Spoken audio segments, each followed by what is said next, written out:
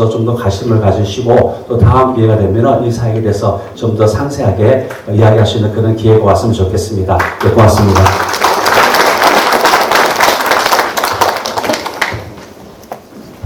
자, 이제 주장으로는 마지막 시간입니다. 희소식이죠. 자, 한 가지 더 희소식 말씀드리고 진행하려고 하는데 이제 40분 후면 점심 식사하십니다. 자, 그런 의미에서 우리 옆에 분들 한번 격려하시고 이 시간 진행하면 좋겠는데요. 조금만 더 힘냅시다. 자, 이 시간 먼저 교수님 빨리 올라가시라. 교수님 올라오시는 동안 우리 큐티에도 보면 관찰 해석 적용이 있듯이 지금 이 시간은 앞에서 말씀하셨던 것을 어떻게 우리 교회에서 또 현장에서 적용하는지 적용과 실무에 대해서 함께 말씀 나누는 시간 가지도록 하겠습니다. 먼저 우리 김정남 교수님 말씀.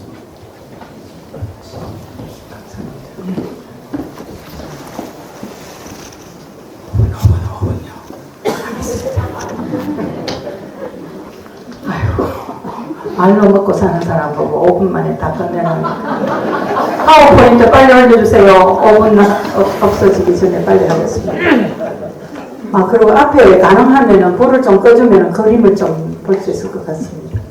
여기 흑인손, 그 다음에 그 백인손, 아시아 사람들 손이 다 함께 뭉쳐서 이렇게 앞으로의 사역을 해나가자 하는 의미로 이렇게 잡아봤습니다. 다음.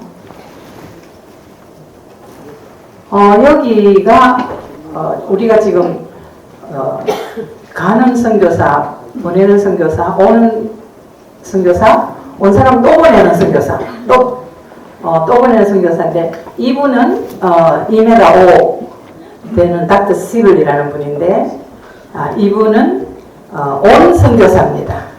이분을 오셨을 때 우리 4사람이 가운데 줄무늬 입고 있는 사람이 접니다. 4사람이 간호사가 이분들을 도와드리는데 저는 방문간호를 그때 전공하고 그 다음에 그 옆에 있는 언니는 일신기독병원에서 간호사, 조산사 받고 그 다음에 마취간호사, 수술간호사가 다 1년씩 공부를 다시 해가지고 거제도에 가서 도와드렸습니다. 다음. 그 사모님하고 딸하고 지금 이 할매들하고 같이 배 타고 거제도 들어가고 있는 중입니다. 협력 사역을 하는데 앞에 그 불 좀 꺼주세요.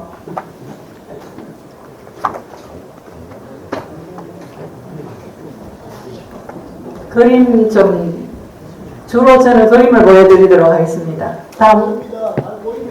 좋습니다. 거기서 좀 더 네. 여기는 나가거나 보내거나 하는 선교사입니다. 이 중에 우리가 교육을 시켰는데 코로나 때 우리 선교회에서 모금을 해가지고 이 각 해외에 나가 있는 간호선교센터로 그럭저럭 한 4, 5년 보내다가 보니까 1억을 보냈습니다. 여러분들 너무 가서 돈이 좀 필요하다는 말 할 때 주저하지 마시고 복주로 왔다고 이렇게 말을 시작하면은 다 돈을 냅니다. 여기는 잠비아 그 다음에 뭐 여러 나라 간호사들하고 같이 이런 코스를 했습니다. 다음. 여기는 우리 이주민이 품어야 270만 이주민에 대해서 이영재 국내 이주원 선교회 대표께서 한국교회가 이주민과 함께 성장하면 세계교회의 모판이 되어야 된다는 말씀을 하셨습니다. 다음. 네. 그 다음. 그 다음에 모두가 할 수 있는 일을 하는데 일교회 일민족 품기 요 말씀 이렇게 사역을 하고 계시는데 이 말씀을 기억해 주시기 바랍니다. 우리 교회는 어느 민족을 만나면 될 것인가. 다음. 나가거나 보내거나 이제 온 이들에게 우리에게 온 이들에게 제대로 섬겨야 하겠습니다. 다음. 네. 그런데 남편이 미국의 코넬 대학원에 유학을 가게 돼서 거제도에서 사역을 마치고 미국을 갔습니다. 엔디캇 프레스비테리언 처치에 들어갔습니다. 다음. 이 할머니의 남편이 장로님인데 우리가 거기 도착하기 전 한 달 전에 사망하셨는데 우리가 가니까 온 교인들이 지금 왔는 이 부부를 이 할머니 집이 2개인데 복도로 이어져 있습니다. 그 뒤에 있는 그 집에 할머니 외롭지 않게 같이 살게 하면 어떨까? 교인들이 다 나서가지고 이거를 여론화해서 저희들이 공짜로 이 할머니 집에 가서 1년을 살았습니다. 그리고 다음 이 집입니다. 대단한 집인데 지금 현재로는 아주 비싼 그런 렌트를 내야 될 집입니다. 다음 아들을 낳았는데 목사님이 안디카 브레스벨 처치 목사님께서 세례를 주고 있는 장면입니다.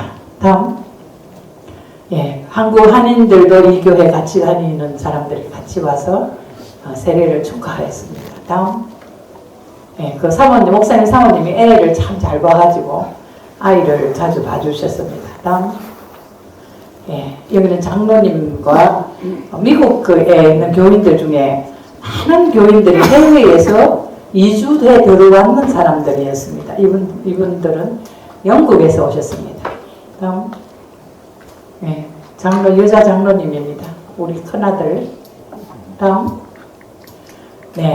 그런데 여기서 이 얘기는 꼭 해야 될 얘기인데 스페셜티 푸드라는 우리 남편이 공부를 하고 가기 전 1년을 노동을 했습니다.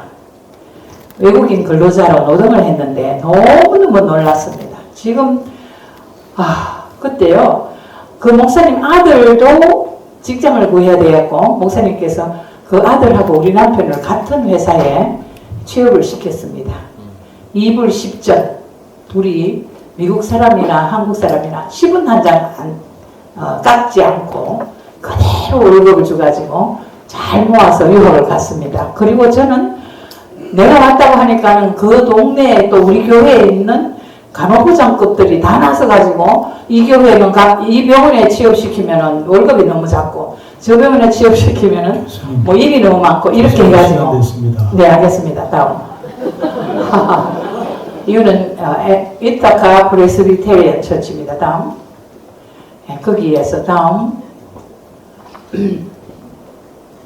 이 아파트는 한 교회가 아파트를 이렇게 준비해가지고 선교사들이 해외에 나가 있다가 공부하러 왔든지 코넬에 또는 선교사를 도운 사람들에게 이 아파트를 반 가격으로 모든 유틸리티를 다 준비해 놓고 그렇게 살게 해줬습니다. 교회가 만들어둔 아파트입니다.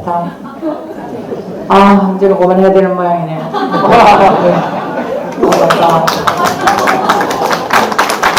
그 와 있는 아이들 특히 월남 아이들 그 보트피플로 와가지고 같이 살았습니다. 이거는 코넬이고 다음 이거는 제가 다니던 병원인데 아무리 바빠도 이 얘기는 하고 가야 되는데 요거는 꼭 해도 되겠습니까? 제가 이 병원에 근무하다가 미국 RN 시험에 한 과목 떨어졌어요. 박수 치지 마세요. 얼마나 창피한 일인지 모르는데 우리 교회 교인들 중에 간호부장급 되는 사람들이 이 간호부장을 찾아가가지고 제 공부를 좀 어떻게 시켜달라요. 그분의 친구 되는 분한테 타임을 만들어가지고 저를 한 주일에 하루 오후를 저를 위해서 시간을 비워가지고 정신과 간호학을 따로 개인 지도를 했습니다. 그 후에 왜 이 얘기를 하면은 제가 계명대 간호대학에 교수할 때 미국에서 왔는 학생 하나가 국시 때문에 흔들거렸어요. 제가 어떻게 했겠습니까? 개인 지도했지요. 은퇴 후에 또 제가 어디서 근무를 했는가 하면은 근무라기보다는 친구가 그 의사장애로 있는 명남 외국어대학에 가서 가르쳤는데 거기 또 미국에서 왔는 학생이 있었습니다. 그 학생도 국시를 앞에 뒀는데 그 학생과 저와의 인연은 이 얘기는 꼭 들어주시기를 바랍니다. 뭐냐면 권사님인데 한국 남자하고 미국에서 내려왔는 탈북 대학생하고 결혼을 했는데 권사님이 이 며느리가 간호대학 다니고 싶어 한다고 충청도에서 다 번두고 여기 내려와서 자기 며느리가 낳은 아이 봐주면서 그렇게 열심히 이 아이를 섬겼는데 이 아이가 그걸 막 불평을 하는 거예요. 그래서 내가 너 그러면 안 된다. 적어도 시어머니한테 감사하게 생각을 해야 된다. 그래가지고 제가 아주 큰 돈을 외부로 연결해가지고 장학금을 받아줬어요. 그런데 장학금 받아서 내가 감사하는 인사를 어떻게 하면 되겠냐 하길래 좋다. 시어머니 따라서 교회 가라. 지금도 너무너무 잘 믿고 그 다음에 보고서 시험까지 통과해가지고 공무원이 돼서 잘 있습니다.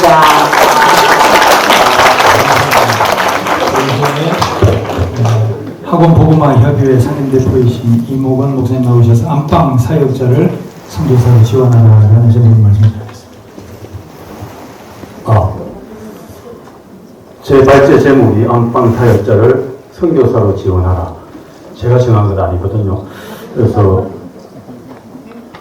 이 발제 제목을 저는 안방 사역자도 선교사이기 때문에 안방 선교사를 선교사로 지원하라. 이렇게 내용을 좀 바꿨습니다. 계속 올려주세요.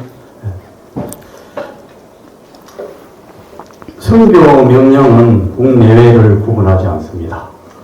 다음, 이거 내가 옮긴 거고. 계속 띄워주세요. 말씀 같이 한번 읽어볼까요? 마태복음 28장 19절 시작.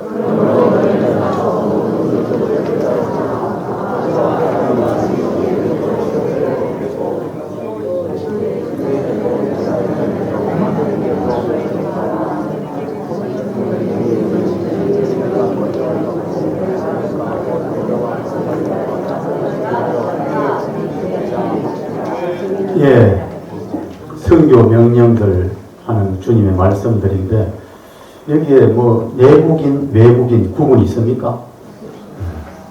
뭐 예루살렘과 온 유대까지는 전도자고 사마리아부터는 선교사입니까? 아니죠. 그냥 다 선교사입니다. 복음을 전하는 자들은 다 선교사죠. 성경 말씀이 그렇게 가르치고 있어요. 그래서 너무 우리는 그것을 구분해가지고 해외에 가서 사역하는 분들만 선교사로 인식을 하고 있어요. 그래서 이 부분을 우리가 인식 전환을 좀 해야 되겠다 하는 생각을 하고 있습니다. 캠퍼스에 12개 캠퍼스 선교단체가 있어요. 선교단체입니다. 그런데 거기에서 사역하는 사역자들을 우리 교회 목사님들, 장로님들, 교회 중직자들까지도 선교사로 생각지 않아요. 그래서 어떤 제 후배 하나는 대학 졸업하고 CCC 간사를 지원했어요. 근데 그 아버지가 장로님이에요. 어머니 권사님. 근데 간사한다고 그러니까 집에서 쫓겨났습니다. 선교사로 가겠다는데 차라리 목사를 하든지 해외 선교사로 가든지 하지 왜 네가 무슨 간사를 하냐, 간사가 뭐냐 이래가지고 집에서 쫓겨나서 지금까지도 선교사로 캠프 사역을 경주 대표 간사로 하고 있습니다. 그 정도로 교회에서 국내에서 복음을 전하는 사람들을 선교사로 인식하고 있지 않은 거예요. 그러니까 선교사로 지원이 안 되죠.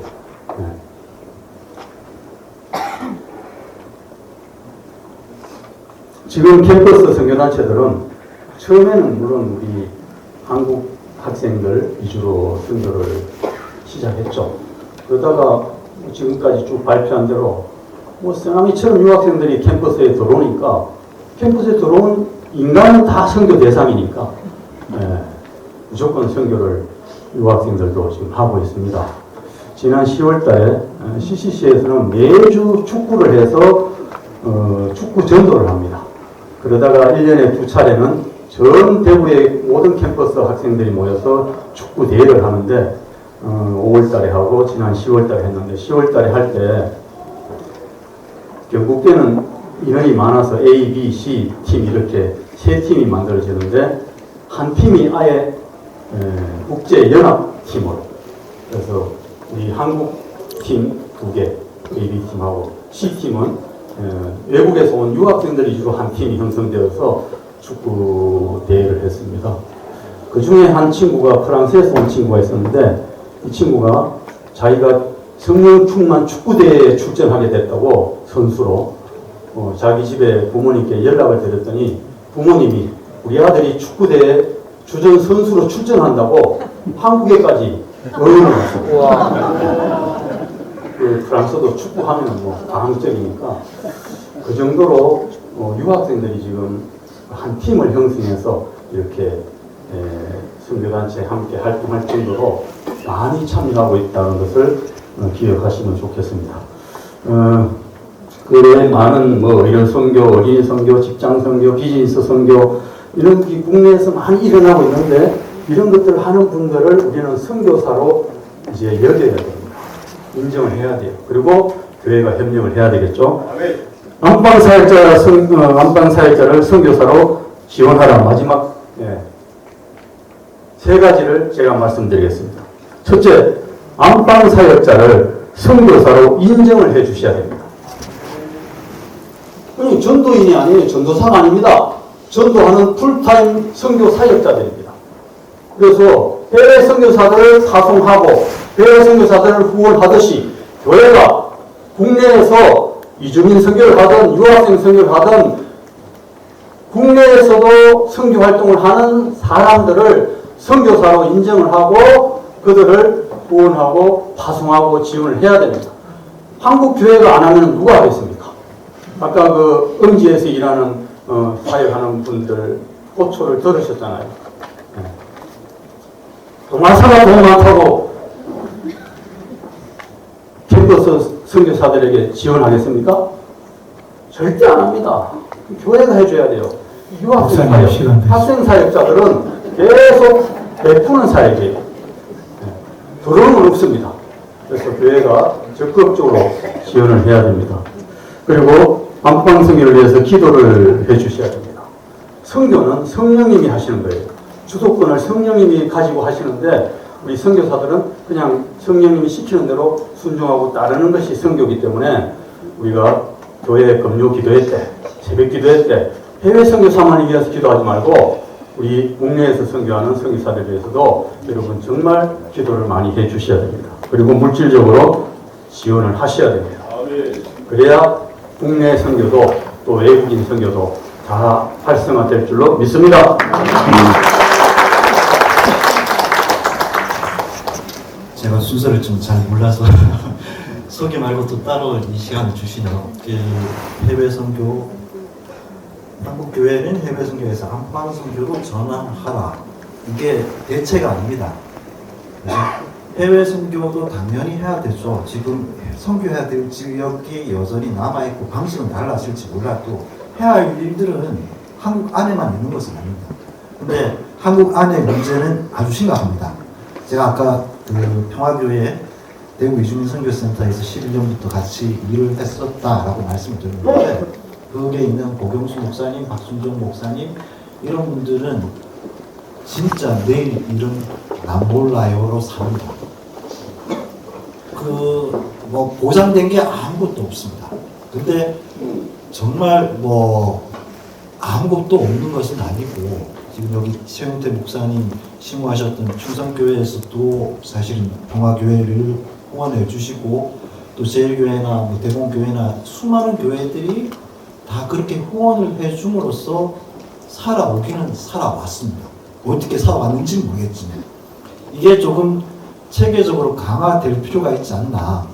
노벨을 중심으로 이런 이주민 선교 사역을 하는 또는 특수 사역을 하는 사람들에게 좀 생활을 가능하도록 정말 거기에 전념할 수 있도록 만들어지는 구조는 좀 꼭 필요하다라고 생각이 됩니다. 이주민 선교를 하면서 우리 교회에 무슬림들이 와서 여러 가지 문제가 있어서 상담을 하고 도대체 이 사람들은 뭔가 뭐 사례비도 안 받고 왜 이렇게 나를 돕지? 그것도 전심을 다해서 그러다가 한 번씩 묻고 우리가 여름 캠프 같은 데 가면 기도회를 할 때 알라라 하나님이나 같은 하나님인데 기도하는 게 뭐가 문제가 되냐 그러면서 그 친구들이 와서 무슬림들이 함께 기도회를 합니다. 그러다가 어떤 친구는 회심을 하고 정말 예수 그리스도 외에 정말 그 하나님의 사랑을 온전하게 드러내시는 분이 예수님이라는 걸 알고 그걸 믿고 그렇게 선교사 역할로 자기 나라로 돌아가기도 합니다. 저는 그게 아주 중요한 선교의 방식이고 앞으로 우리가 해야 될 중요한 일들이라고 생각합니다. 올해 초에 번역된 책 중에 알린 T. 제레니머스라고 하는 그 사람이 쓴 책이 하나 있었습니다. 영어 제목은 Weathering, weather, 날씨 아시죠? 근데 이게 한국말로 어떻게 번역이 되어 있냐면 불평등은 어떻게 몸을 갉아먹는가입니다. 이 사람이 미국에서 실제 흑인하고 백인들 사이에 기대 수명이, 평균 수명이 한 10년 이상 차이가 납니다. 만성질환율 흑인들이 보통 없습니다. 근데 이게 웨더링 와싱을 어떻게 해왔느냐면 흑인들은 자기 통제가 안 돼. 과시하고 막 자기 마음대로 살기 때문에 수명이 낮아지는 거죠. 라고 이야기를 하는 거죠. 근데 그 책은 실제로 차별이 얼마나 평소의 삶을 긴장 상태에 있게 만들고 그래서 혈관 관련된 병이나 만성질환율이 높아지고 사망률이 높아지는지 출산 중에 사고가 많이 생기는지 그거를 낱낱이 다 분석을 했습니다. 예, 이게 단순히 미국에서 흑인만의 문제가 아니고 오늘 이 한국 사회에서 이주민들에 대한 차별이 그 긴장이 높다면 똑같은 문제가 아까 말씀을 드린 것처럼 네팔 노동자들이 와서 본국에서보다 4배 이상의 자살률이 나타나고 한국 사람보다 더 많은 자살률이 나타나는 그런 상황들이 벌어질 수밖에 없다. 저는 한국 교회가 그 이주민들을 환대를 두고 차별하지 않았으면 좋겠습니다. 좀 여유있게 살 수 있도록 그렇게 만들어주는. 마지막으로 제가 딱 한 가지만 이주민 사역을 하다 보니까 성경이 다 새롭게 보이는데 여러분 제가 신대원 다닐 때 시험 문제가 기억나는 게 있거든요. 보통 시험 다 치면 답안지와 함께 내가 한 학기 동안 배웠던 모든 지식을 교수님한테 다 반납하고 나오지 않습니까? 근데 저는 그 시험 문제가 기억이 나요. 마가복음에 2번의 급식 사건, 5병 2호와 7병 2호의 사건이 있는데 이거를 신학적으로 소개하고 분석해보라. 그때 답을 제대로 못했습니다. 근데 지금은 이 이주민 사역을 하면서 명확하게 깨달은 게 있습니다. 첫 번째 5병 2호는요, 제자들이 먼저 이야기합니다. 이 사람들 지금 날이 늦었고 또 목이 마른 게 없으니까 빨리 흩어가지고 사 먹이십시오. 그때 예수님이 너희가 먹여라고 말씀하시죠.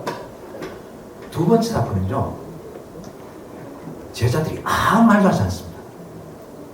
예수님이 먼저 똑같이 내가 저들을 불쌍히 여긴다. 스팡크니조마에 아시죠? 애간장이 끊어진다는 말이에요. 근데 그 첫 번째 사건과 두 번째 사건이 어떤 차이가 있냐면 첫 번째 사건은 다 유대인들이에요. 그때는 제자들이 나서서 이 사람들 지금 배고파서 사고 터질지 모릅니다. 먹이셔야 됩니다. 두 번째 사건은 두로 시돈 지나서 수도보니게 여인을 만나고 예수님도 바뀌었는지 모르지만 그 사람들이 3일 뒤에 따라옵니다. 다 이방인 제자들 아무 말도 하지 않습니다. 그 사람들 가다가 쓰러지든지 말든지 어차피 하나님을 믿지 않는 이방인들이에요. 저는 교회 안에 이 제자들의 모습이 남아있다고 생각합니다. 여러분 선교사를 꼭 파송하지 않으셔도 돼요. 여러분들이 하나님의 형상을 가진 사람으로 파키스탄 사람, 방글라데시 사람, 네팔 사람 봐주시기만 해도 그리고 그분한테 예수 그리스도의 사랑으로 대하시기만 해도 저는 그게 선교라고 생각합니다. 안방 선교의 고맙습니다. 자, 이제 전체 발제 마무리하면서 성시화 대표 본부장이신 여정택 목사님 마무리하도록 하겠습니다. 영상부터 보도록 하겠습니다.